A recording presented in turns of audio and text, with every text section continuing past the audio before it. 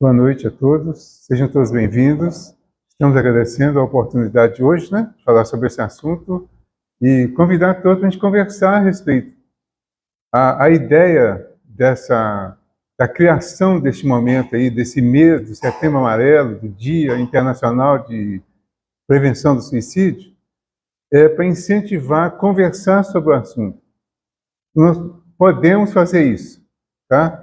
Quem quiser conversar sobre o assunto, pode ficar à vontade, nós vamos cumprir a proposta inicial. Se vocês não quiserem conversar sobre o assunto, enquanto vocês vão decidindo se vão conversar ou não, eu vou falando. Tá bom? Então vamos por esse caminho aí, tá? Então, fique à vontade. Tem alguma dúvida, tem algum comentário, tem algum acréscimo, tem alguma discordância? Fique à vontade. É para a gente conversar a respeito. Não, ninguém se manifestando. Aí eu vou falando aqui, vou lendo esse monte de livro aqui até a gente chegar lá. Ok? Eu vou partir de um livro que foi o livro base para mim desse assunto, assim, num determinado momento, tá? Que é o livro Evangelho das Recordações. E ele começa que na introdução do livro tem uma parte que eu acho muito interessante, porque eu acho que é o que muitos de nós gostaríamos de dizer, principalmente depois de um momento na doutrina e já consciente de algumas coisas, que foi o caso do Eliseu. Ele começou a escrever com 50 anos de espiritismo. Ele escreveu esse livro, chama o Evangelho das Recordações. E ele, o prefácio diz assim: ontem navegávamos em mar de trevas densas, levados de arrastão pela descrença e pelo sofrimento, corpos marcados, mãos chagadas, mentes embotadas, imenso e revolto oceano de marasmos e insatisfações. Ora, a nau sacudia-nos em violentos maremotos. Ora, as calmarias faziam-nos marcar passos. A viagem principiou no dia da dor. E o amor brotou trazendo a reforma. Renascíamos. E a nau velejava. Ora dava em arrecifes rudes, ora regirava em remoinhos insanos. Ora o desespero impelia-nos para o resvaladouro das incertezas. Então, o Cristo nos surgia como único arrimo.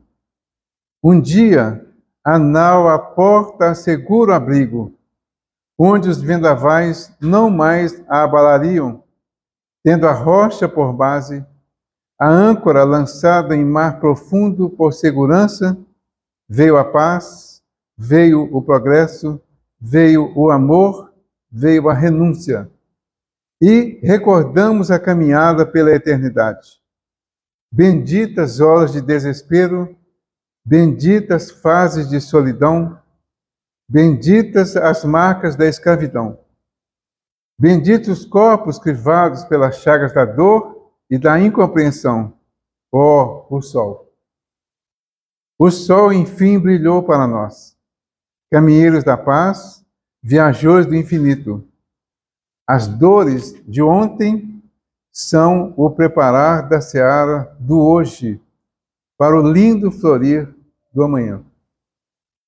Companheiros espíritas, líderes da doutrina, nessa singela obra, contém-se o percurso milenar de um grupo espiritualista, para o qual a rocha, a base e o teto são a vontade de vencer. Fazei deste livrinho uma norma de conduta para vossos trabalhos, para vossos trabalhadores, para a paz da humanidade. E com o roteiro que Kardec nos traçou, roteiro de trabalho, roteiro de solidariedade, roteiro de tolerância, deixou-vos este prefácio, em nome de Deus, Cristo e caridade. Quem escreve o prefácio é o irmão Braulio, um amigo de ontem, de hoje e de sempre, um amigo espiritual. Bom, então aqui, nessas palavras, particularmente, eu sempre identifico algo que fala da minha história. Por isso que eu acho que é interessante e acredito que fale da história de muitas pessoas depois de um tempo de espiritismo, e eu já estou com um tempo parecido com o dele, nem tanto ainda, né? Mas bem parecido. Então você vai descobrindo uma série de coisas, essas reflexões que vão ficando no passado, mas que vão consolidando ideias, comportamentos, pensamentos do presente, e vão, de repente, encontrar as palavras que mexem neste momento de cada um de nós. Hoje, para mim, é uma data assim, bem interessante. Pela primeira vez, eu acho que eu vou revelar a data. Hoje é a segunda terça-feira do mês de setembro. Tá? Não é? 10 de setembro de 2024, né? Na segunda terça-feira do mês de setembro do ano de 1981, exatamente dia 8 de setembro, eu estava entrando pela primeira vez numa casa espírita e posso dizer que de lá eu nunca mais saí. Culpa do meu irmão que está aqui presente, agora está voltando para cá também, né? Ele me levou, afastou um pouco, foi viver a vida, cumprir a vida dele lá em outras áreas, agora ele está voltando. E eu fui e fiquei e estou até hoje. Estão me suportando até hoje. E isso aconteceu exatamente no dia 8 de setembro de 1981. Quem quiser fazer conta rápida aí, vai descobrir que eu estou completando hoje 43 anos de espiritismo. Tá? 43, hein? Mas eu era pequenininho ainda, tinha o quê? Uns 3, 4 anos de idade. Né? Bom, então, esse momento para mim foi muito importante, porque tem tudo a ver com o assunto, inclusive. Depois eu fui descobrindo, não era uma coisa consciente, assim, planejada e tudo mais, mas tinha tudo a ver. O momento que eu estava vivendo naquela época, hoje eu tenho clareza total para entender que estava caminhando e certamente, se não fosse entrar naquela porta, lá que ele usou as palavras aqui bem adequadas, certamente eu não estaria aqui encarnado. Talvez tivesse algum grupo de suicidas, talvez conscientes ou inconscientes, assistindo o estudo de hoje aqui, que estaria sendo feito, quem sabe, pelo Delano, não sei, ou por uma outra pessoa, certo? Então, muito importante para mim nesse sentido, e por causa disso eu me dou parabéns, tá? Vocês não precisam dar, não, eu dou. Nesse livro, ele começa aqui com um tema suicídio. A Jaqueline propôs aqui um tema para nós, fala assim, né? Não sei se foi a Jaqueline ou foi o Delano, mas eles propuseram o tema. O tema é, por que não? Diga não ao suicídio. Aí a gente pode acrescentar por nossa conta, né? Diga sim à vida. Mas aí vem as perguntas. Por que dizer não ao suicídio e sim à vida? Já está dentro da proposta do Espiritismo de racionalização de todas as nossas decisões. A proposta é exatamente essa. Tanto sim como não precisa ter explicação. Eu preciso saber por que sim e preciso saber por que não. Porque é a partir das perguntas que vão me respondendo e explicando, que a gente vai consolidando a fé, vai atingindo a fé raciocinada. E a fé raciocinada é, claro, o resultado do raciocínio lógico. O raciocínio lógico é atingido a partir de questionamentos. Então a gente vai perguntando, vai se perguntando e vai seguindo a didática do Livro dos Espíritos. Que é o que, por quê, para quê, quando, como e onde, o tempo todo. Né? Então essas 6 perguntas fazem parte das nossas racionalizações das coisas. Então neste caso aqui, por que dizer não ao suicídio? Por uma série de razões. Aí ele começa assim, suicídio, eu coloquei até a lápis aqui em um outro momento, e fala assim, é o último e desesperado gesto de alguém que perdeu a razão de viver. Bem resumidamente. Eu tirei este de um trabalho feito por um grupo de psicólogos, há muitos anos atrás, numa revista, eu nem tenho essa revista mais, mas eu anotei isso e ficou registrado. É o último e desesperado gesto de alguém que perdeu a razão de viver. Aí, na tradução aqui do escrito do Kardec, ele fala assim: ninguém tem o direito de dispor de sua vida, porque ela lhe foi concedida visando aos deveres que teria de cumprir na terra. Por isso, não deve abreviá-la sob pretexto algum. Visto possuir o livre-arbítrio, ninguém pode impedi-lo de fazê-lo, mas terá sempre de sofrer as consequências. O suicídio, mais severamente punido, é o cometido por desespero, no propósito de fugir das misérias da vida, sendo estas, ao mesmo tempo, provações e expiações. Furtar-se a elas é recuar diante da tarefa que se impôs. Allan Kardec está no livro Céu e Inferno. Aí, livro Céu e Inferno. Primeiro livro que eu peguei para ler, quando eu comecei. Não vou fazer autobiografia, não, tá? Só vou citar alguns pontos. Mas foi o primeiro livro que eu peguei para ler. O livro Céu e Inferno.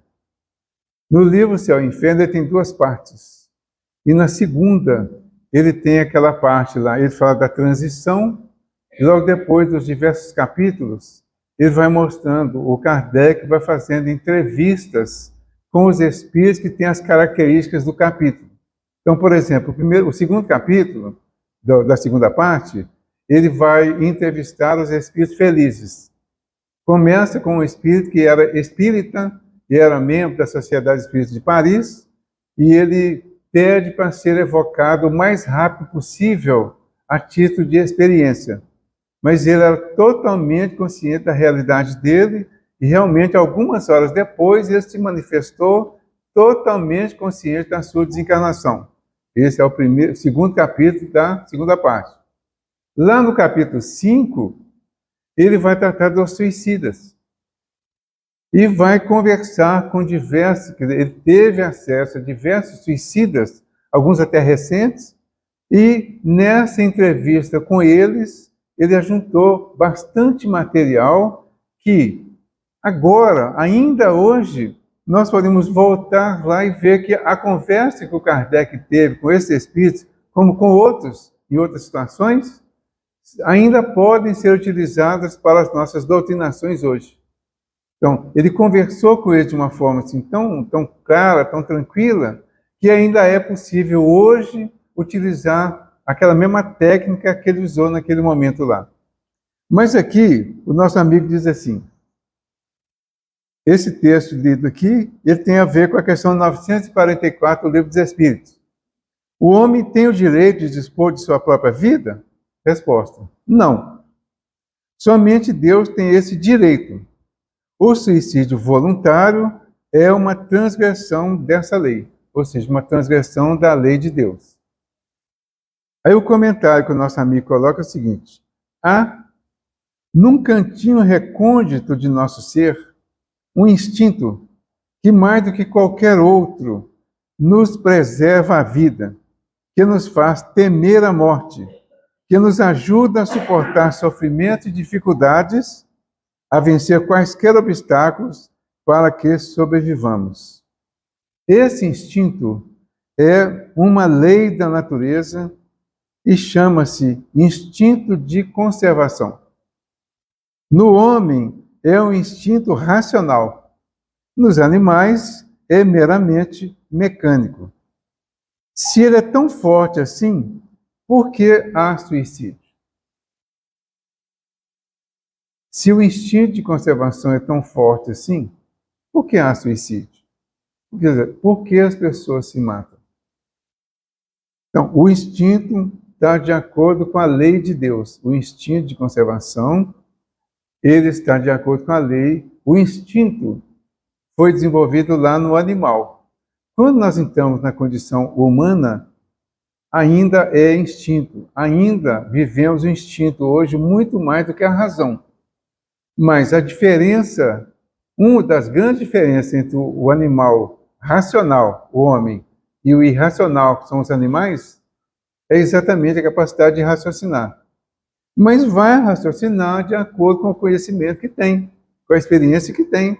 E a experiência inicial é a que vem lá do animal, que é a última vivência que tivemos. Estando ainda vivendo a condição animal, irracional, com alguns resquícios de racionalidade, é que nós acabamos, de uma certa forma, burlando a lei. Por quê? O animal, agindo mecanicamente, ele é dirigido e age instintivamente porque ele é dirigido. Existem os seres superiores que dirigem os animais nos seus instintos, nas suas necessidades. Da mesma forma que há o instinto de conservação, há também o instinto de destruição. Então, o animal destrói, às vezes, um outro animal para o seu alimento ou para a sua defesa. E isso faz parte do animal. O animal racional, que seríamos nós, temos dificuldade ainda de continuar discernindo entre uma coisa e outra. Mas como já temos a condição de pensar, acabamos extrapolando isso, fazemos mal contra o outro e fazemos também contra nós quando atingimos um nível de dificuldade que achamos que não tem mais solução. Então é claro que em situação normal, em situação de equilíbrio, ninguém atentaria contra a própria vida, porque o instinto de conservação vai prevalecer. Mas, não estando nessa normalidade ou com esse nível de equilíbrio, é que vai acontecer. Por isso, nós temos que ter cuidado, eu sempre chamo atenção para isso, para não condenar ninguém. Especialmente no caso do suicídio. Já teve tanta polêmica, tem tanta questão a respeito, tanta dúvida, tanto tabu, tanto preconceito. As próprias religiões ensinaram a fazer de uma forma totalmente inadequada, totalmente contrária à própria religiosidade. O Delan citou aqui a irmã do Divaldo. Um dos motivos que levou a mãe do Divaldo a deixar de ser católica praticante foi exatamente quando essa filha dela se suicidou e ela foi à igreja pedir ao padre, que era amigo, que era conhecido da família, que fizesse a missa por ela. E o padre se recusou a fazer porque ela tinha se suicidado. E isso aconteceu e acontece. Quer dizer, dentro dessa tese da igreja, isso é considerado normal, porque é uma orientação que eles têm e passam. Hoje, em alguns lugares, já está mudando um pouco isso, mas ainda cometem esse engano. Ou seja, é um julgamento precipitado às vezes. Porque tem tanto caso que a gente acha que foi suicídio e depois vai saber que não foi. E quem pode saber exatamente como que Deus vai julgar aquele caso? Então é melhor não julgarmos, não condenarmos. O melhor que nós temos a fazer é bom e leve para nós, inclusive, é respeitar a pessoa, o ser humano que chegou naquele nível de desespero, orar por ele. Ele tendo conseguido ou não, orar por ele, para que ele, recebendo as nossas orações, ele atinja um mínimo de tranquilidade para ter condição de se permitir ser tratado, para depois dar continuidade à vida. Porque a vida não vai acabar com a morte do corpo. Então é o que ele fala aqui, ó. O suicídio é uma transgressão da lei divina de conservação. O homem, usando seu livre-arbítrio, transgride essa lei, sobrepõe-se ao instinto e destrói o seu corpo. Mas só seu corpo. Notem bem, só o seu corpo carnal, efêmero, que temporariamente lhe abriga o espírito. Não há morte. A vida prossegue sempre e continua, porque somos espíritos indestrutíveis, imortais, eternos, porque somos partículas emanadas do nosso Criador, Deus, o Pai Altíssimo. Jesus nos afirma: vós sois deuses. Sim, somos deuses em crescimento rumo a altíssimos destinos. E nesse crescimento, corpos de carne, riqueza, pobreza, desilusões, sofrimentos, humilhações, cargos de poder, situações subalternas, diferenças de raças e de cores, títulos honoríficos e profissionais, desastres financeiros, velhice, desgostos, tudo constitui valioso material didático que paulatinamente iremos usando e abandonando à medida que ingressamos em estágios superiores dessa universidade infinita que é o cosmos.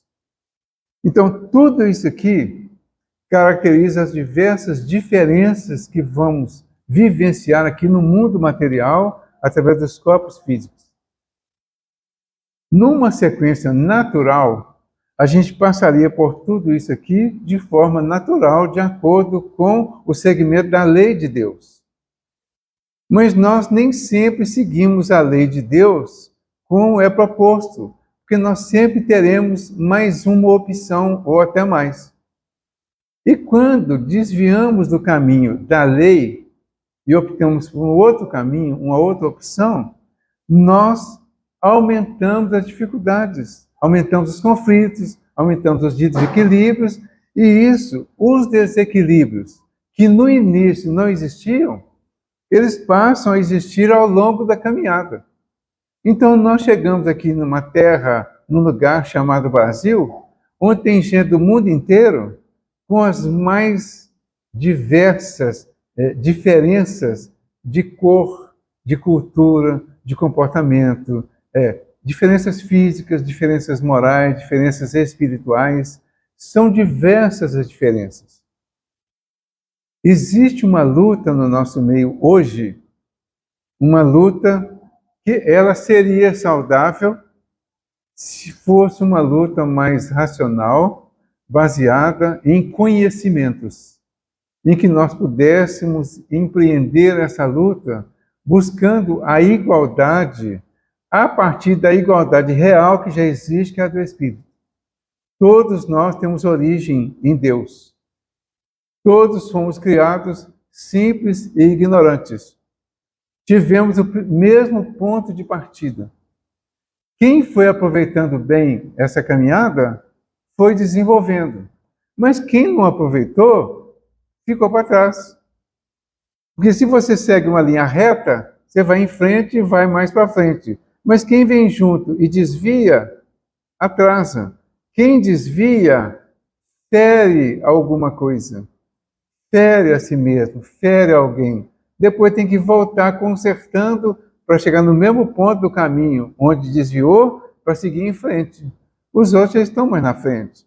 Quem está mais na frente vai apresentar para esses que estão atrás com algumas diferenças, que para os que estão atrás vai parecer privilégio. Para os que estão na frente, será só conquista, será só resultado da sua sequência natural.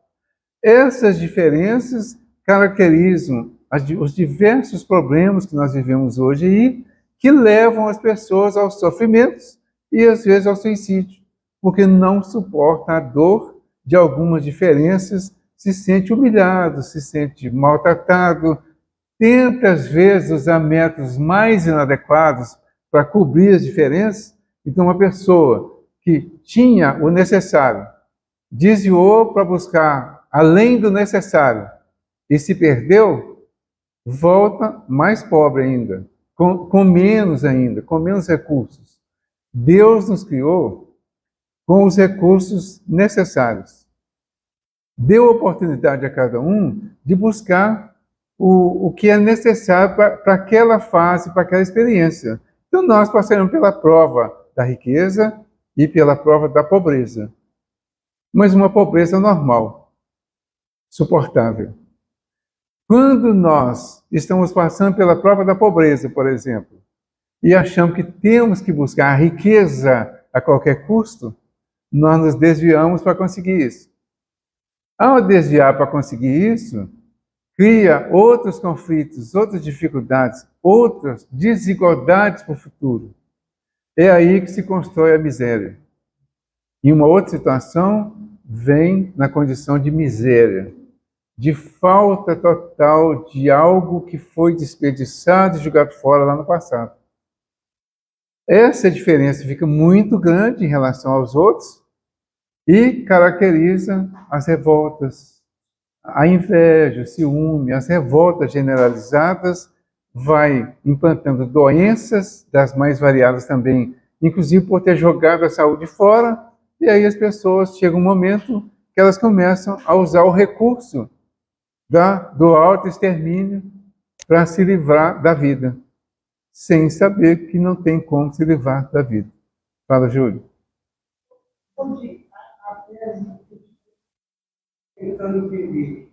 Inteligência suprema, causa primária, nos concede essa saída, mudança, depois do retorno, porque leva a Deus a uma linha só, mas é concedido a ser criado essa condição, essa possibilidade de sair, não só. Pode sair, vai demorar mais a chegar aqui. Mas, aí quando se fala, ele é mais sofre mais. Vamos dizer assim, você chega num ponto aqui, de uma certa situação da vida, você tem dois caminhos. Você escolhe. Um é o caminho do bem, o outro é o caminho do mal. Certo? Quando nós escolhemos do mal, a escolha é nossa. Nós escolhemos. Quem escolhe o caminho do mal vai fazer alguma coisa ruim para si mesmo e para a sociedade, de uma maneira geral. Né? O livre-arbítrio é exatamente aí. É na escolha do caminho. Quando você escolhe o caminho, você está usando o livre-arbítrio. Certo? Enquanto você vai agindo neste caminho que escolheu, você está usando o livre-arbítrio. Mas não existe livre-arbítrio sem responsabilidade. Nós somos livres, mas responsáveis. Certo? Eu escolhi um caminho, eu fico responsável pelo caminho que eu escolhi. Tudo que eu faço neste caminho vai trazer algum tipo de consequência. Se é o caminho bom, a consequência vai ser boa. Se é o caminho ruim, a consequência vai ser ruim. Essa consequência ruim, ela volta comigo, para mim, em outro momento, para eu consertar aquilo que eu fiz no desvio. Esse conserto, que agora nós estamos entendendo, que é uma oportunidade, que é o perdão de Deus se manifestando em nós, ainda há um desconhecimento geral disso, desse perdão de Deus, e que é uma oportunidade para nós nos reconciliarmos com Ele. Aí o que a gente faz? Desvia mais ainda. Então, ao invés de consertar, a gente piora a situação. Teve um exemplo que aconteceu aqui um dia que eu vi claramente isso. Um casal está chegando em casa com uma filha possivelmente fazendo alguma pirraça, né? Aí o casal chega, entra no elevador, sobe até em casa, a filha continua fazendo a pirraça. É uma suposição, tá? Dentro do exemplo que foi passado, né? Do crime que foi, né? Que era o casal Nardelli, uma coisa assim, né? O que aconteceu? O que eu imagino que pode ter acontecido? Deu um safanão na menina, um pouco além da medida, certo? A menina cai lá, vamos imaginar que aparentemente morta, certo? Ao invés de pegar a menina aparentemente morta, correr para o hospital para procurar solucionar, para ajudar e resolver o problema, pega e joga pela janela. Certo? O que aconteceu? Fez uma coisa errada e em seguida faz outra muito pior. E depois ainda continua fazendo coisas muito piores para tentar esconder o crime, para se safar do crime, que é o que muitas camadas da sociedade vivem na hora que precisam resolver a qualquer custo. E é isso que vai gerar a dor. Então, a dor virá como consequência das nossas atitudes. Todas as dores são consequência das nossas atitudes. Nós não nascemos para sentir dor. Nós nascemos para construir a felicidade, o reino dos céus. Na construção, nós vamos passar por algumas dificuldades que fazem parte do processo. Ao tentar vencer a dificuldade de qualquer custo, nós construímos a dor para o futuro. Quando renascemos com a dor, ela é um fato concreto na nossa vida. Nós transformamos a dor em motivo de sofrimento. O sofrimento, mais ou menos intenso, nos leva a um ato ainda pior em relação ao que seria o ato de consertar, o suicídio. O suicídio seria, então, um ponto máximo, um extremo nesse sentido. Por quê? A grande maioria não acredita que vai morrer aqui na Terra e vai continuar vivo. Há pelo menos uma expectativa assim, mas e se não for verdade esse negócio de continuar? Será que todos nós temos lucidez total em relação a isso? Clareza disso? Bom, eu tenho convicção de que assim que o meu corpo morrer, eu vou continuar vivo. Pense assim, com clareza sobre isso. Quando o meu corpo morrer, se morrer aqui agora, porque morrer vai, né? Todos vamos. Os nossos corpos, todos vão morrer. A questão é, ao morrer o meu corpo, eu tenho certeza que vou continuar vivo ou tenho uma dúvidazinha? Entendeu? Essa dúvidazinha, na hora do aperto, ela pode aumentar muito.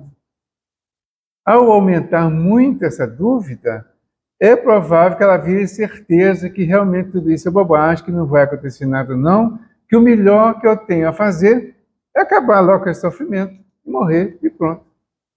Muita gente pensa assim. Como que a gente sabe disso? Eles vêm nas reuniões e falam que não imaginavam que ia continuar. Alguns pedem, pelo amor de Deus, só dá um jeito de morrer mesmo, porque quer morrer mesmo, porque não tem noção da continuação da vida. Não existe como morrer, não vai morrer. O espírito não morre. O espírito é imortal, morre o corpo. Aí tá, chegando a isso aí, vai passar por todo um processo, por todo um tratamento, plano espiritual, e vai começar tudo de novo. Aí vai sentir na pele as dificuldades que não resolveu, mas já se construiu em função do suicídio. Mas será muito bem preparado. Teremos sempre orientação, sempre assistência. E essa assistência que teremos vai nos ajudar a vencer as dificuldades maiores do que as anteriores. E aí sim teremos condições de vencer se buscarmos o caminho que foi combinado e apontado para nós. Certo? Se não buscarmos, vai suicidar de novo, e de novo, e de novo, e a dor vai aumentando. A dificuldade vai aumentando. Até chegar um ponto que a dor vai ser tão intensa que vai resolver mudar, e aí sim entrar de novo no caminho. Todos vão entrar no caminho, todos vamos. Todos nós vamos atingir a perfeição um dia. Pode ser daqui a um tempo pequeno, um tempo médio ou um tempo longo. Vai depender de cada um.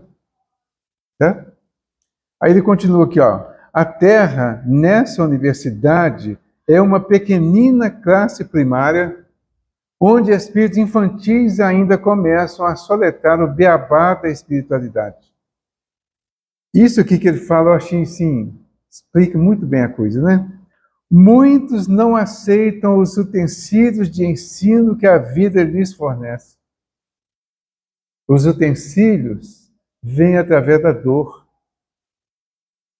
Tudo que nos acontece fora do que nós esperávamos, que gera algum tipo de dor, dor física, dor moral, tudo isso são fatos necessários para a nossa reconstrução.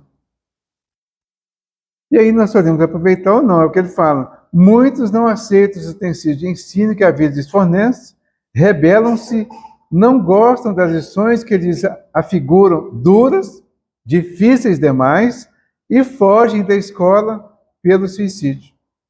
E quando percebem que trocaram simplesmente de uma classe de lições suportáveis, por outra de lições aterrorizantes.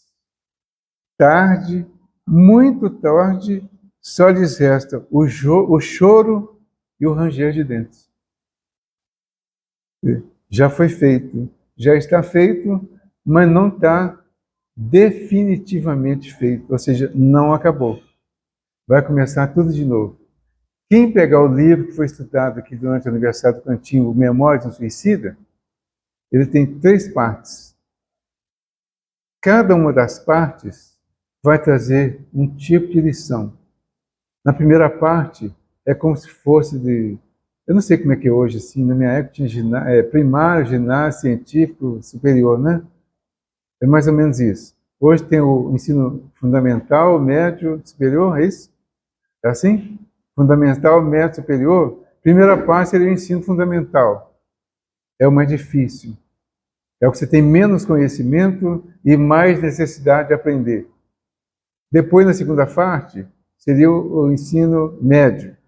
Tá? Você vai passar por experiências em atendimento, com orientações, socorro lá no Hospital Maria de Nazaré, por exemplo. Né? Então, você vai passar por uma série de instruções que vão te preparar para a terceira parte, que é a universidade. Está lá no livro. A universidade. Então, a universidade seria o curso superior. Se conseguirmos passar por essas 3 fases, como está no livro, e quem ver tudo isso, vai ver o autor, o Camilo, né, o Camilo Castelo Branco, ele conta a própria história. E na história dele, ele chega até o final, ele vai até o curso superior no plano espiritual e diz que vai sair de lá com total preparação para recomeçar aqui e consertar tudo aquilo que ele fez de errado. Então, o que é importante a gente saber nesse fato? É que todos teremos a oportunidade de fazer de novo, tantas vezes quantas for necessário. E fazer com preparação. A gente tem, esses dias, tem trabalhado a questão da misericórdia, perdão e misericórdia. Então, Deus perdoa, dando oportunidade para fazer de novo, até acertar, através da reencarnação, principalmente. Tá? Aí fica assim, e a misericórdia? Porque a gente foi ensinado que perdão e misericórdia seria, assim, relevar tudo que a gente fez errado e você está livre de tudo. Você vai lá, por exemplo, confessa e fica livre dos seus pecados. Aí você pode ir pecar de novo e depois você vai lá e confessa de novo, né? Depois surgiu a questão da indulgência, né? Que você vai lá e oferece alguma coisa, paga alguma coisa e dá a impressão que você vai ficar livre. Não fica, não ficaram. E muitos se revoltaram porque acreditaram nisso, né? O que a gente entende hoje com o ensinamento espírita? O perdão existe? Existe. Já está instituído. Faz parte da Constituição Divina. Todos seremos antecipadamente perdoados pelas nossas faltas, pelos nossos desvios. Mas todos que se desviarem precisarão reviver na carne a experiência que foi mal vivida e mal feita, para aprender a fazer direito. Então isso vem para nós como fatos que nós transformamos em problemas, transformamos problemas em dores, em dificuldades, e isso leva a piorar mais ainda a situação quando transformamos em problema. Tá? Mas e a misericórdia? Ah, mas a misericórdia é tão parecida com o perdão, né? Lá no capítulo 10 do Evangelho, bem-aventurados os misericordiosos, só fala de perdão.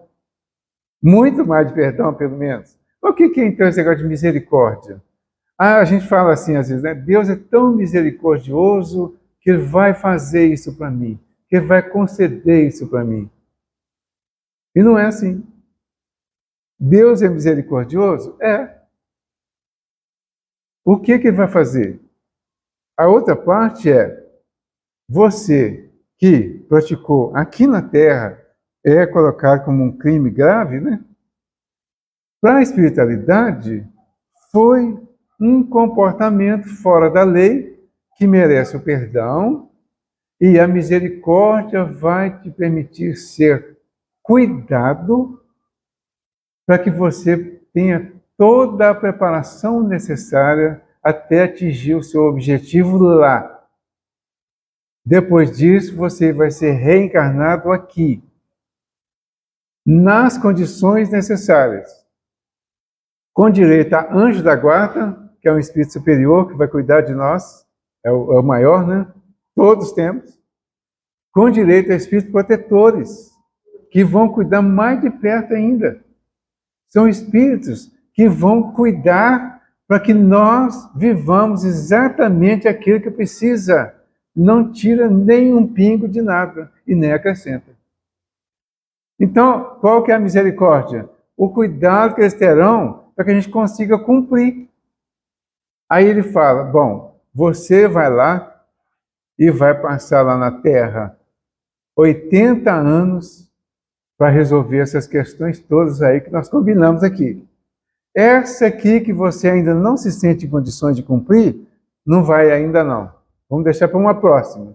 Aí você vai lá agora, vai ser espírita, vai aprender muita coisa lá sobre a vida, sobre o suicídio, sobre tudo. E numa outra oportunidade você vai lá resolver esse problema. Ok? Combinado? Combinado. Aí você sai de lá para vir aqui passar 80 anos. Às vezes passa 40, 50, 60, tranquilo, né? Quando vai chegando na fase final, começam a vir as provas mais duras, às vezes, através daquilo que você precisa passar para resolver a questão.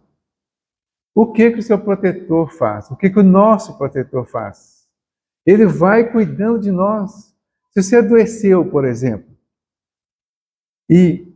mas está 20 anos antes, eles vão te conduzir para todos os meios possíveis de tratamento para que você consiga chegar aos 80. Tá? Eles ficam responsáveis por isso na parte deles, mas eles vão nos conduzir. Você precisa procurar o médico, você precisa procurar lá o oncologista para cuidar do seu câncer que vai durar 20 anos, 30 anos. Você vai ficar tratando dele, você vai fazer o tratamento inicial mais intenso, mais pesado. Depois você vai continuar fazendo acompanhamento médico, tomando algum medicamento, tendo alguns cuidados alimentares e uma série de outros cuidados que você precisa passar, que faz parte das suas provas para você atingir o objetivo. Se nós fizermos tudo isso direitinho, estaremos dentro do combinado e eles estarão atentos e nos protegendo para chegar nos 80. E se não fizermos? Se não fizer, não vai conseguir chegar nos 80. E não será por culpa deles, não. Será por decisão nossa. Aí como é que a gente vai sabendo disso? Espíritos se manifestam nas reuniões, já teve vários casos, né? Inclusive uma pessoa do cantinho aqui mesmo, que conviveu aqui no cantinho, há um tempo atrás se manifestou numa reunião, se lamentando do tempo que perdeu, que tinha o conhecimento, mas não aproveitou o conhecimento que tinha. E isso, gente, é um sinal de alerta para todos nós. Quantas vezes nós achamos que está tudo bem, está bom demais, né? A Deus está cuidando de mim e tal, e abusa. Então o abuso, eles vão nos chamar e falar, ó, o combinado não foi isso não. O combinado foi que você, quando chegasse essa prova, você agiria desse jeito. Você está agindo de uma forma contrária.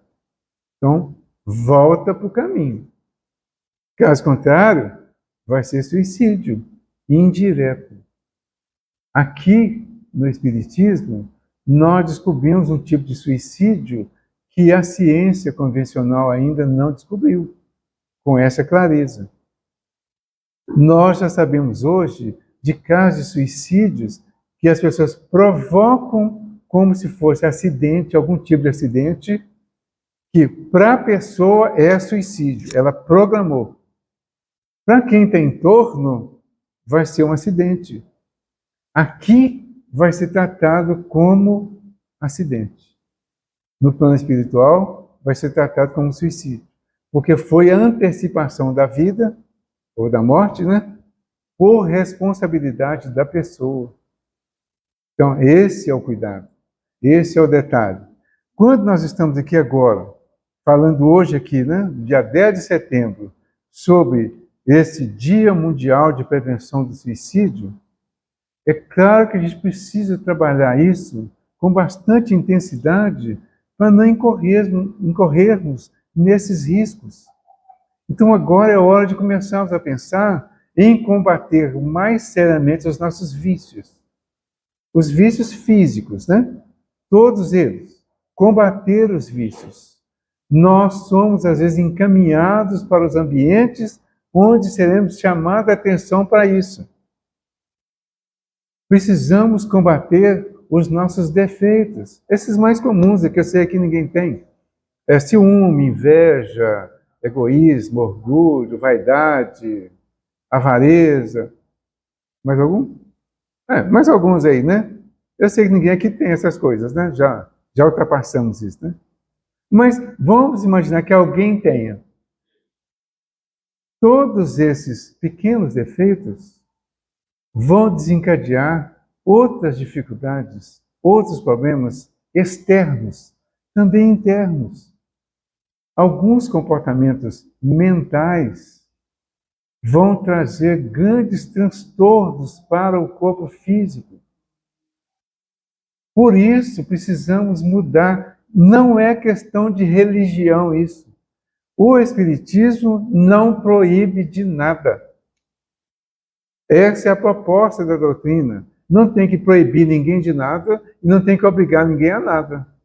Nós simplesmente somos chamados a atenção para nos avaliar e ver o que estamos fazendo da nossa vida.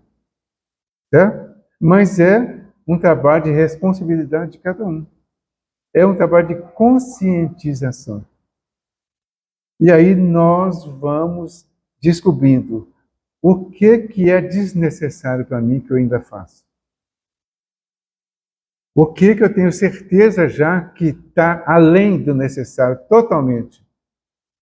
Nessa questão dos vícios, na questão dos defeitos. Falar da vida alheia, por exemplo, é defeito, né? Mas isso aí é a parte, né, gente? Falar dos outros é bom, né? Pois é, mas é também, né? Tem uma história do Belarmino Bicas. Quem tiver acesso ao livro Cartas e Crônicas do Irmão X, o Belarmino Bicas diz que se tornou espírita e quando ele chegou no plano espiritual, ele fez um balanço da vida dele, desde quando ele se tornou espírita e começou a ter conhecimento dessas coisas. E a situação é alarmante, porque ele falou principalmente desses defeitos morais.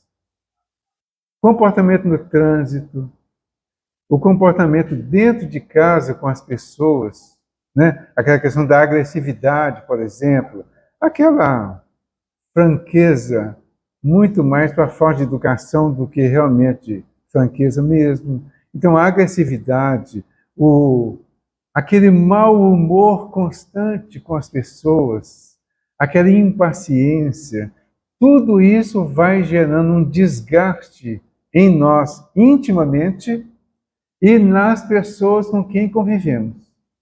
As pessoas passam a vibrar contrariamente para nós. Então, nós temos um mal que vem de fora, reforçando algum que está desenvolvendo dentro de nós por causa do comportamento. Então, tudo isso precisa ser corrigido gradativamente através do nosso autoconhecimento. E aí sim, nós vamos resolver as questões. Certo? Então, esse momento, a proposta do Setembro Amarelo é exatamente, eu falei no início, para a gente conversar sobre o assunto. Aqui a gente chega aqui, tem alguém falando, a gente fica acanhado e acaba não falando, né? Mas tudo bem. Mas que fique o incentivo, que fique o chamamento para nós, de conversar sobre o assunto. Dentro do possível, conversar com as pessoas que a gente note que tem a liberdade de conversar sobre esses comportamentos. Porque agora nós já sabemos que eles são muito mais prejudiciais do que imaginamos. Quem leu Belarmino Bicas vai ver claramente isso. O livro Cartas e Crônicas do Irmão X. Ele faz uma relação de coisas que ele fez contrariamente ao que ele aprendeu com o Espiritismo, mas ele não levou tão a sério como deveria. E aí ele diz que antecipou 30 anos por causa desses comportamentos. Ele fala que poderia ter vivido mais 30 anos. Perdeu. Ou seja, não perdeu, né? Desperdiçou. Vai ter que voltar e consertar muitas dessas outras coisas. Nessa campanha aqui, tem uma coisa que eu achei interessante, que eu já até falei o ano passado. Alguém lembra o que eu falei o ano passado disso aqui? Lembra? Nem eu lembro. Nem eu falei, eu lembro. Tem um médico que chama Celso Lopes de Souza. Ele é um psiquiatra, é fundador de um programa que chama Semente, estruturado para aprendizagem socioemocional. Ele diz que o primeiro erro com relação ao tema suicídio é não falar sobre ele. Ele aponta alguns pontos que precisam ser reforçados quando se aborda o assunto. 5 pontos. Ele diz assim: primeiro, suicídio é coisa séria. A Organização Mundial de Saúde aponta como segunda causa de morte entre os jovens de 15 a 29 anos. No Brasil, morre 1 a cada 45 minutos. Eu trouxe esse mesmo texto aqui o ano passado. Eu tenho certeza que o texto vale para esse ano, com aumento dos números. O ano passado já teria sido aumentado. Esses números, eles são simbólicos. E não tem como medir claramente isso. Mas dá para saber que é muito mais do que as estatísticas mostram, porque as estatísticas oficiais mostram só os casos oficiais que foram registrados. Tem uma quantidade de famílias que consegue esconder que a pessoa suicidou. Tem a questão dos acidentes e tem principalmente a questão do suicídio inconsciente, que não é catalogado. Certo? Então, não precisa ter medo de falar sobre o suicídio. Conforme a doutora Ana Beatriz, que é uma psiquiatra também, ela diz que os tabus sobre o suicídio começaram por causa de um livro lançado na Europa em 1771, que tratava de um jovem que se suicidou ao longo da história e entenderam que iniciou, na época, suicídios em cascata. Isso é fato. O suicídio em cascata. Por isso que a imprensa tem algumas restrições para divulgar suicídios. Porque isso realmente acontece. Eu vi essa experiência acontecendo na CEMIG. Quando eu estava começando o Espiritismo, nós tivemos claramente essa experiência. Me parece 4 casos seguidos, só no ambiente da empresa. Teve um suicídio, logo em seguida outro, e outro, e outro. E tem relatos de casos assim, de sequência, né? De, por exemplo, pessoas que ouvem falar a respeito de uma forma de suicídio. Inclusive, uma das coisas que eu aprendi a não fazer é não ficar falando como que a pessoa suicidou publicamente. Porque isso pode servir de sugestão para alguém que ainda não pensou nisso. Entendeu? Você chega, o fulano de tal suicidou de tal forma. Aí um outro que está pelejando para achar um motivo, um jeito, ele ouve uma sugestão. Quando nós começamos aqui a estudar sobre o suicídio aqui no Cantinho, a Maria Pérez, ela era psicóloga, ela desencarnou em 1990. Ela era psicóloga, frequentava aqui o Cantinho, ela era a nossa porteira aqui, né? Era lá embaixo, ela não chegou a vir para cá, não. Ela morreu no ano que nós viemos para aqui. A Maria foi convidada para participar de um encontro, tipo um seminário sobre suicídio. E ela chegou com a carta que ela recebeu e entregou para mim. Falou aqui, isso aqui é para você. Eu falei, não, não é para mim não, está seu nome aqui, ué. Ele falou, não, mas é para você. Eu falei, mas eu nem sou psicólogo, está aqui psicólogo. Ela falou, não, é para você, você que vai lá. Porque a gente estava começando a trabalhar aqui mais amplamente a questão do suicídio, já tinha se formado o grupo de socorro. Aí fui eu lá no encontro, lá no seminário. Era um médico, novinho ainda, a esposa dele também médica, que tinha suicidado, e ele entrou em desespero tão grande que ele foi pesquisar a respeito. Então ele trouxe uma série de material a respeito de suicídio, dentre eles as diversas formas que as pessoas usavam para se suicidar. Então no início a gente usava esse material e colocava tudo. Depois, por esse entendimento, paramos de falar da forma. Eu não vai acrescentar nada à forma. O importante é saber o seguinte: a pessoa desencarnou. Há uma suspeita de que tenha sido por suicídio. Nem sempre podemos afirmar. Mas, de qualquer forma, o que nós fazemos aqui é orar por essa pessoa, sendo ou não suicídio. Porque nós sabemos que todos serão atendidos da mesma forma. Quer dizer, existem equipes espirituais para atender a todos. Cada um vai ter um critério no atendimento, mas todos serão bem atendidos. Poderão não se sentir bem atendidos, mas serão, porque a equipe vai fazer o trabalho com todos, porque tratam todos como irmãos. Então, na proposta aqui, ele fala, não precisa ter medo de falar sobre suicídio.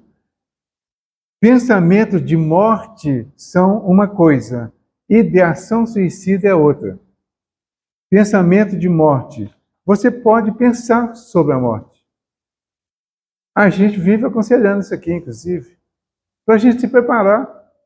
Isso é um fato, é uma realidade, não tem como a gente fugir dela. Então vamos pensar a respeito. Como que vai ser? Como que pode ser? Como que eu vou me sentir com a minha morte? No dia que eu descobrir que eu morri, como é que vai ser? Qual vai ser a minha reação? Se esse momento for aqui agora, e se eu já estou desencarnado aqui, não estou nem sabendo? Aí faz o teste de pegar, né? Se pegar e segurar alguma coisa, ainda não.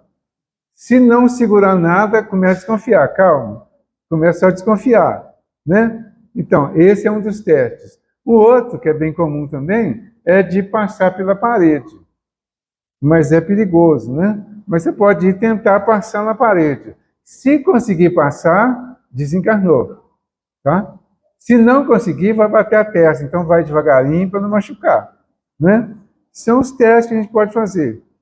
E fez o teste, desconfiou que passou, gente, a primeira coisa que a gente precisa fazer é parar, acalmar e orar. Não se desespere, não se descontrole, não perca o equilíbrio.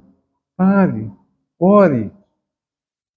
Viva aquele momento ali, que vai ser assustador para muita gente, mas viva aquele momento ali em oração.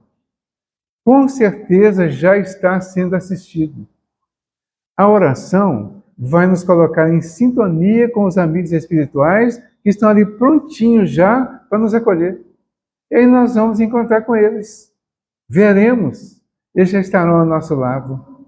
E aí eles vão nos acolher e vão nos levar para ser assistidos em algum ambiente, como foi o caso do André Luiz. Quem leu o nosso lar, vai ver lá o momento que o André Luiz fez, ou imaginou uma oração lá praticamente. Aí, quando ele saiu daquele momento ali, estava lá o Clarence esperando por ele. Foi recolhido, foi levado para ser tratado, e a partir daí mudou a vida dele completamente lá. Assim será com todos nós. Então, quem estiver aqui desencarnado, que está em dúvida, observe, olhe à sua volta mais atentamente, procure ter uma visão mais espiritual, que vai ver outras pessoas que até então não estavam vendo. Tem os lugares vazios aqui, tá vendo? Quem já estiver desencarnado vai ver alguém desses lugares vazios. Não estava vendo ainda porque não observou, né? Então, ó, isso é um teste também. Ó. Vocês estão vendo alguém aqui ou é só eu mesmo que vocês estão vendo? Tem mais gente aqui, né? Agora, o fato de ver também não significa que já desencarnou, não, né? Porque quem é vidente vai ver. Mas quem é vidente já sabe que é. O desencarnado que vê, ele vai começar a confirmar. Aí vai ver gente conhecida, vai se familiarizar com aqueles que estão ali para ajudar e vai facilitar tudo, né? Então, conversar sobre a morte é conversar nesse nível de preparação, de entendimento das coisas. A ideação suicida é a da pessoa que fala sobre suicídio com certa regularidade e que vai ter comportamentos que levam a entender que ela está caminhando para esse lado. Nós, que estamos entendendo melhor o assunto, precisamos estar atentos para as pessoas que nos cercam, para ajudar, se for o caso, para indicar algum tratamento, de nos colocar à disposição para acompanhar a um especialista, se for o caso, e dependendo da intensidade do problema que a gente veja. Certo? Sim? O espírito encarnado, nós temos, né, todo um aparato cuidado divino, né, a nosso favor, protetores, enfim. Mas também sofremos com a influência de irmãos ainda muito magoados para a gente. Sim. Assim. E qual que é a responsabilidade desse pessoal assim, virado para a gente, dessas ideias? Existe um convívio? Quando nós temos ideação suicida, nós vamos entrar em sintonia com espíritos que querem nos induzir a isso. Sim, sintonia total, tá? Agora, eles não vão nos induzir ao suicídio se não acharem em nós uma brecha. Certo? Então, a responsabilidade continua sendo nossa nesse sentido. É claro que numa fase mais avançada de algum processo obsessivo, a pessoa vai perdendo o controle de si mesma e vai cedendo cada vez mais por causa de situações do passado ou até do presente mesmo, que fizeram com que ela escancarasse as portas para que o outro viesse e entrasse para dominar. Então, a obsessão simples, fascinação e subjugação. O Kardec coloca as 3 fases da obsessão, que são as 3 fases do agravamento do processo. Na obsessão simples, atuam sobre os nossos defeitos. Na fascinação, atuam sobre os nossos vícios, tanto os vícios íntimos quanto esses vícios externos. Na subjugação, atuam sobre os nossos crimes. Então, em muitos casos, é questão de vingança lá do passado. A atuação para eles fica muito mais forte, muito mais intensa, porque eles encontram uma porta escancarada de uma moral que está totalmente destruída pelo crime que a pessoa praticou lá no passado. Certo? Então, essa pessoa, nessa condição, será levada mais facilmente ao que o obsessor quer, e que muitas vezes é o suicídio. Entendeu? Então, tem uma responsabilidade relativa, não tão intensa quanto a responsabilidade daquele que tramou tudo, que é o chamado consciente. Então, sempre, especialmente nesses casos, tem atenuantes e agravantes. Mas aí quem julga é Deus, né? Como é que o pessoal diz? Quem julga é ó, né? Então, tem sempre, nesses casos, atenuantes e agravantes. Aqui no Livro dos Espíritos, no Evangelho, fala dos casos de embriaguez e de loucura. Então, no caso de embriaguez ou de loucura, vai ter algum atenuante pelo estado que a pessoa está e pela indução. Mas, por outro lado, nós somos responsáveis por estar embriagados e a loucura não é uma coisa que vem por acaso. É um processo que iniciou e foi sendo desenvolvido até atingir um nível de gravidade muito maior. Então, de todo jeito, nós somos responsáveis por nós, pela nossa vida. Abrimos espaço às vezes, mas nós abrimos. E os outros chegam e entram.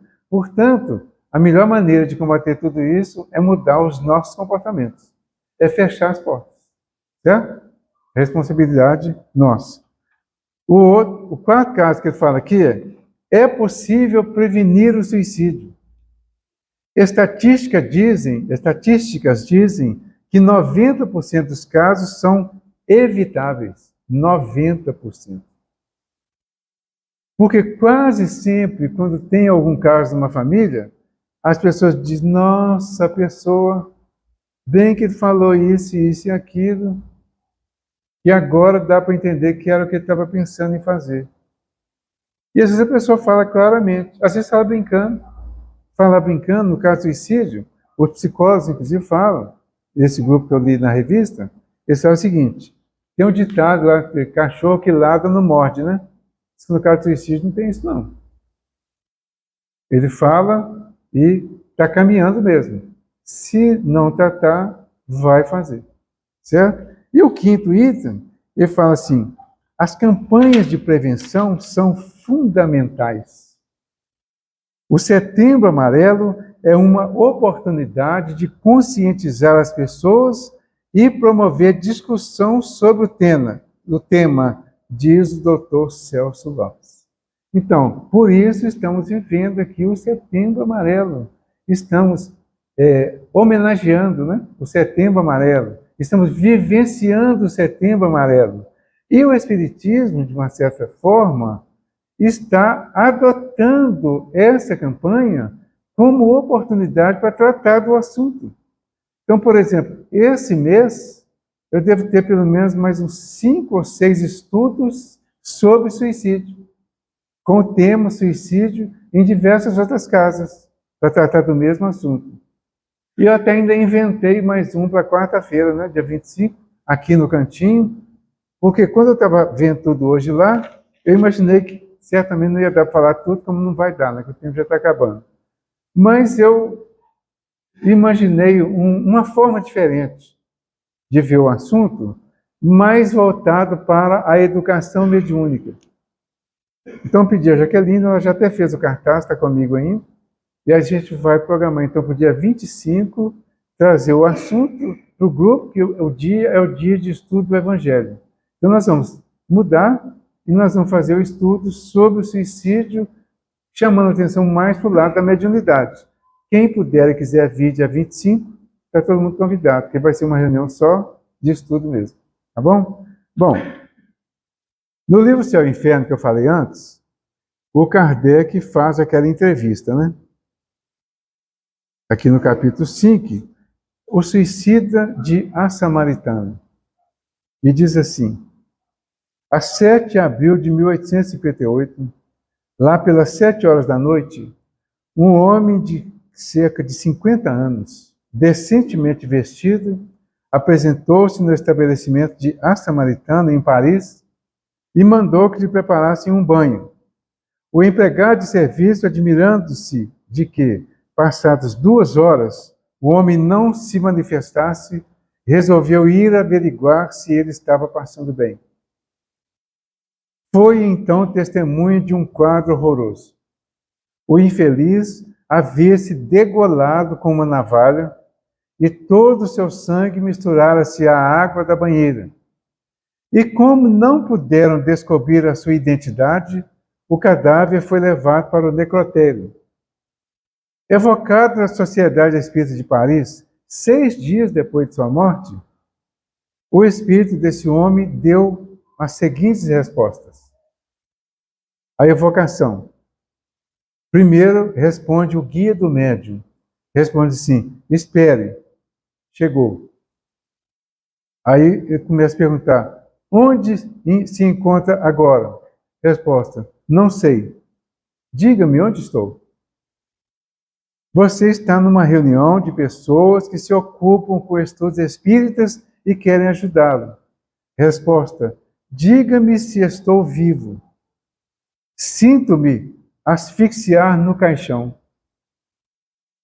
A sua alma, embora separada do corpo, está ainda completamente imersa no que se poderia chamar o turbilhão da matéria corpórea. As ideias terrenas são ainda vivas. Não está persuadido de que está morto. Quem o induziu a procurar-nos? Resposta: senti alívio. Que motivo o levou a suicidar-se? Estou morto? Não. Estou dentro do meu corpo. Não imagino o quanto sofro. Sinto-me sufocar. Oxalá uma mão compassiva acabasse comigo. Por que não deixou nenhum indício que tornasse possível reconhecê-lo? Estou abandonado. Fugi ao sofrimento para encontrar a tortura. Tem agora os mesmos motivos para permanecer incógnito? Resposta: sim. Não toque com o ferro em brasa a ferida que sangra. Poderia dizer-nos o seu nome, sua idade, sua profissão, seu domicílio? Resposta: não, absolutamente não. Tinha família, mulher, filhos? Vivia abandonado. Ninguém me amava. O que fez para que não fosse amado por ninguém? Resposta: quantos são como eu? Verdade? Ainda hoje. Né? Uma pessoa pode sentir-se abandonada no seio de sua família, quando não há um coração que a ame. No momento de se suicidar, não sentiu nenhuma hesitação? Resposta: eu ansiava pela morte. Esperava ter repouso. Como é que o pensamento do futuro não fez renunciar ao seu projeto? Eu não acreditava mais nele. Estava desesperado. É o futuro. E o futuro é esperança. Quais as reflexões que fez na hora em que sentiu a vida extinguindo-se em você? Não pensei em nada. Senti. Mas a minha vida não foi extinta. A minha alma está ligada ao corpo. Sinto os vermes comendo-me aos poucos. Que sentimento teve no momento em que a morte se consumou? Consumou-se ela? Tiver confusão, né? Na mesma hora que ele fala que a vida já acabou, ele fala, mas consumou? Foi dolorosa a hora em que a vida ia se extinguindo em você? Resposta: menos dolorosa do que depois. Apenas o corpo sofreu. Aí foi perguntado ao Espírito de São Luís: o que o Espírito quer dizer quando declara que a hora da morte foi menos dolorosa do que depois? Aí o São Luís que responde: o Espírito se alijava de um fardo que o esmagava. Sentia a volúpia da dor. Mas depois é que vem realmente a consequência, né? Esse estado segue-se sempre ao suicídio? Resposta do São Luís: sim. O espírito suicida fica ligado ao corpo até o fim de sua vida. Tinha que viver 80 anos. Suicidou aos 50, vai ficar ligado ao corpo até os 30. Supostamente é assim, não pode afirmar 100%, tá? Mas, de uma maneira geral, é assim que acontece. Acontece o mesmo com toda morte acidental, independente da vontade, que abrevia a duração da vida, natural da vida? Resposta: não. Porque a morte acidental... Não, eu estou respondendo pelo Espírito, espera aí um pouquinho. Ele fala assim: o que entende por suicídio? O Espírito só é responsável por suas obras. Então, o que nós chamamos de morte acidental aqui, se foi realmente acidental, não foi culpa da pessoa. Foi combinação e ela morreu na hora certa, programada. Então, o que é acidente para nós aqui, para o plano espiritual, é programado. Para o plano espiritual não há acidente. É tudo programado. Né? Sai um avião aqui com 160 e tantas pessoas, né? 168, o último agora, estava programado. 10 não podiam estar naquele avião, e estavam. O que aconteceu? Desviaram ele para um outro lugar lá, e eles ficaram esperando até o avião quase sair. Quando eles vieram, quando eles descobriram isso, chegaram lá, não podia mais entrar no avião. Né? Um deles, que eu ouvi em entrevista, falou, ai, e eu briguei com a pessoa que salvou minha vida. Verdade. Ele não era para estar lá, então ele não foi. Mas o piloto estava de folga. Ele estava de sobreaviso. Se acontecesse alguma coisa, ele era chamado. Foi. Foi chamado, foi, morreu. Entenderam? É assim que funciona. Algumas situações daqui, do nosso mundo material, dá exatamente a dica do que realmente vai acontecer, do que está acontecendo, e dá para entender que realmente há uma programação. Então a programação é nesse sentido. E nós não podemos mexer na programação. Então, quando lemos tudo isso, e fomos caminhando e lendo esse livro, o Evangelho das Recordações, e aí no Evangelho tem um capítulo que vai tratar do socorro aos suicidas. E foi aí que nós tivemos, em 1985, eu até descobri hoje que tem essa data anotada aqui, foi quando eu terminei de ler esse livro. Então, quando eu estava lendo o livro, que eu vi toda aquela programação, aí eu chamei a Tita, que era uma das pessoas aqui do cantinho, já desencarnada, a Maria Balbina, né? A nossa amiga Tita. Eu chamei a Tita porque a Tita tinha um cuidado todo especial ao falar sobre suicídio e ao orar pelos suicídios. Ela sempre lembrava. Então eu chamei a Tita, falei, Tita, eu li um livro que ele está falando de uma reunião de socorro aos suicidas. Vamos fazer isso aqui no cantinho? Aí ela falou, ai, vamos. Então, vamos organizar. Passei o regulamento a ela, o que tem no livro, e aí começamos a convidar as pessoas que a gente achava que estavam em condições. Então, eu e ela escolhíamos as pessoas. Não, esse aí pode.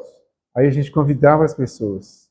Aí escolhemos casais em primeiro lugar. Alguns casais recusaram assim, de imediato. Não, de jeito nenhum. Algumas outras pessoas também recusaram de imediato. Não, é muito pesado, é muito isso, muito aquilo. Mas era compreensível, a gente já sabia disso. Até que conseguimos, só mais meia hora. Eu ia falar meio minuto, mas meio minuto é muito pouco. Aí nós estamos organizando tudo até conseguir formar o grupo com 14 pessoas. Algumas pessoas estão aqui, uma delas está ali ainda, o outro está aqui. É só a Neide que está aqui hoje.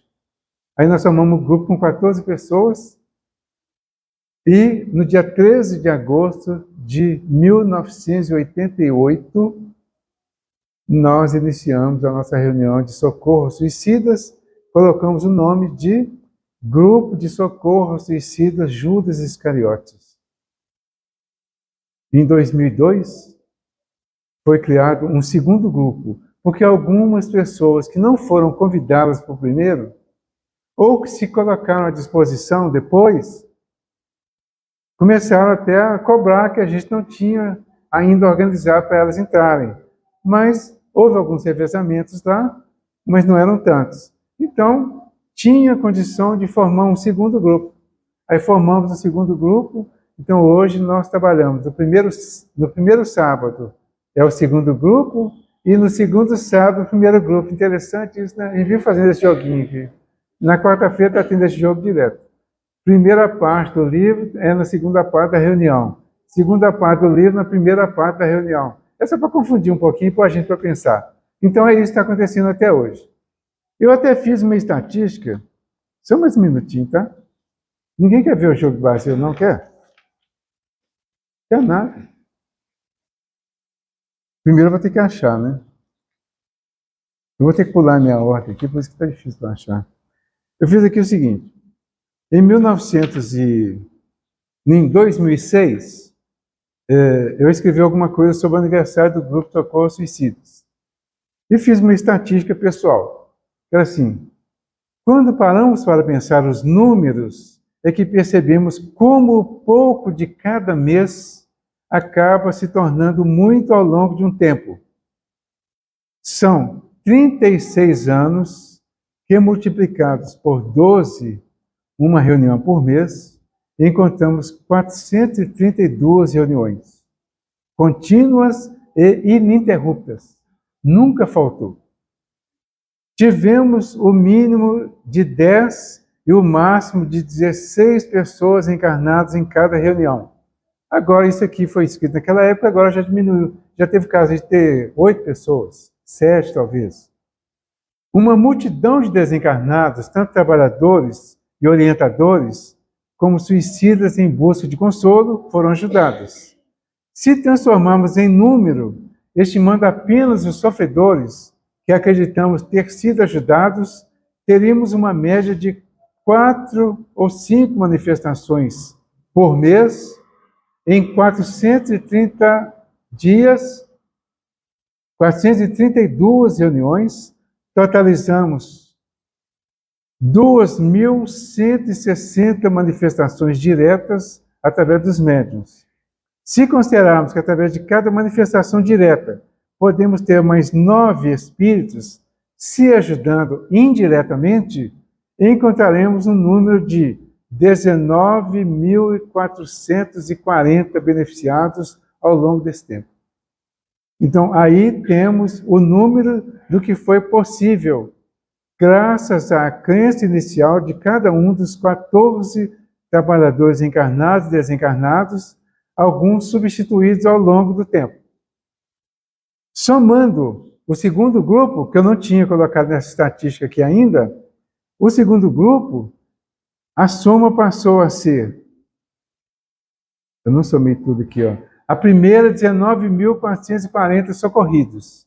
A segunda, 11.880 socorridos ao longo do tempo até agora. Certo? Então, é um resultado, eu acho que não é pretensioso, não. Porque pelos números que o Pai Joaquim traz de vez em quando aqui, eu acredito que o número pode ser até maior, como maior é o número de pessoas que se suicidam inconscientemente e que não são catalogados.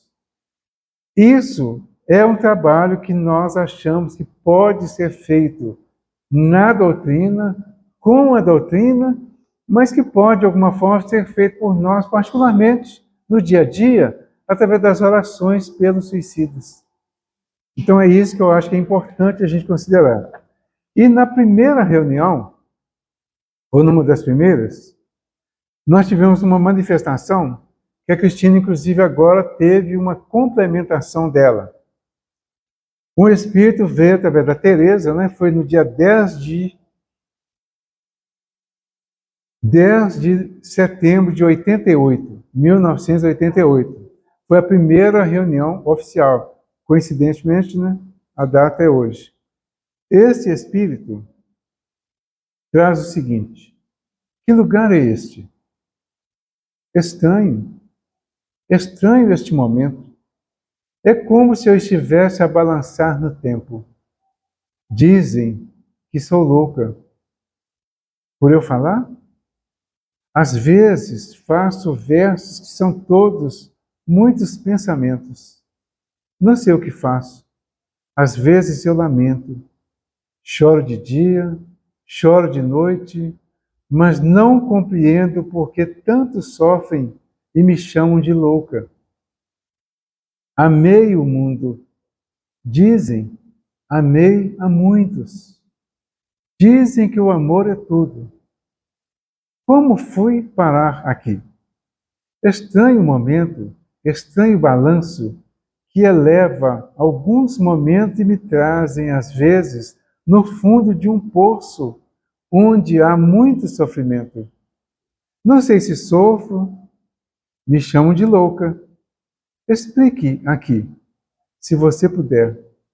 O que faço aqui neste lugar estranho? Fale, eu escuto. Você me entende? Então, eu não sou louca, Alguém me entende. Entende que sofro. Entende meu lamento que vai com o vento, que às vezes eu tento levar até eles no fundo do poço, mas eu não consigo, só vejo muitos, muitos a lamentar, a blasfemar e a gritar, a chamar por às vezes quem não conheço, talvez por um Deus que eu ainda também não conheci. Quando até eles eu falo, eles dizem que sou louca. Espero que eu possa um dia aqui voltar e agradecer por me compreender, por não pensar que sou louca. Espero que todos, compondo esta mesa, componham no coração um verso. Entenda que não sou louca. Entenda que eu às vezes só vou, mas volto, no fundo de um poço. Meu coração às vezes se enternece com os lamentos que lá escuto, mas logo eu volto e submerso e durmo e não escuto. Eu vou partir agora. Pedir para um dia eu voltar e poder falar a todos que eu tenho um nome, sim, e que não sou louca. Diz a Cristina que ela voltou agora e fez um complemento. Eu não tenho complemento. Nós vamos fazer a nossa oração para terminar, agradecendo a todos, os encarnados, os desencarnados, pela oportunidade, né? Jesus amigo, nós agradecemos pela oportunidade que nos foi concedida neste momento de podermos conversar sobre esse assunto tão importante, tão sério e tão necessário para os nossos entendimentos e entendimentos de todos aqueles que conosco convivem.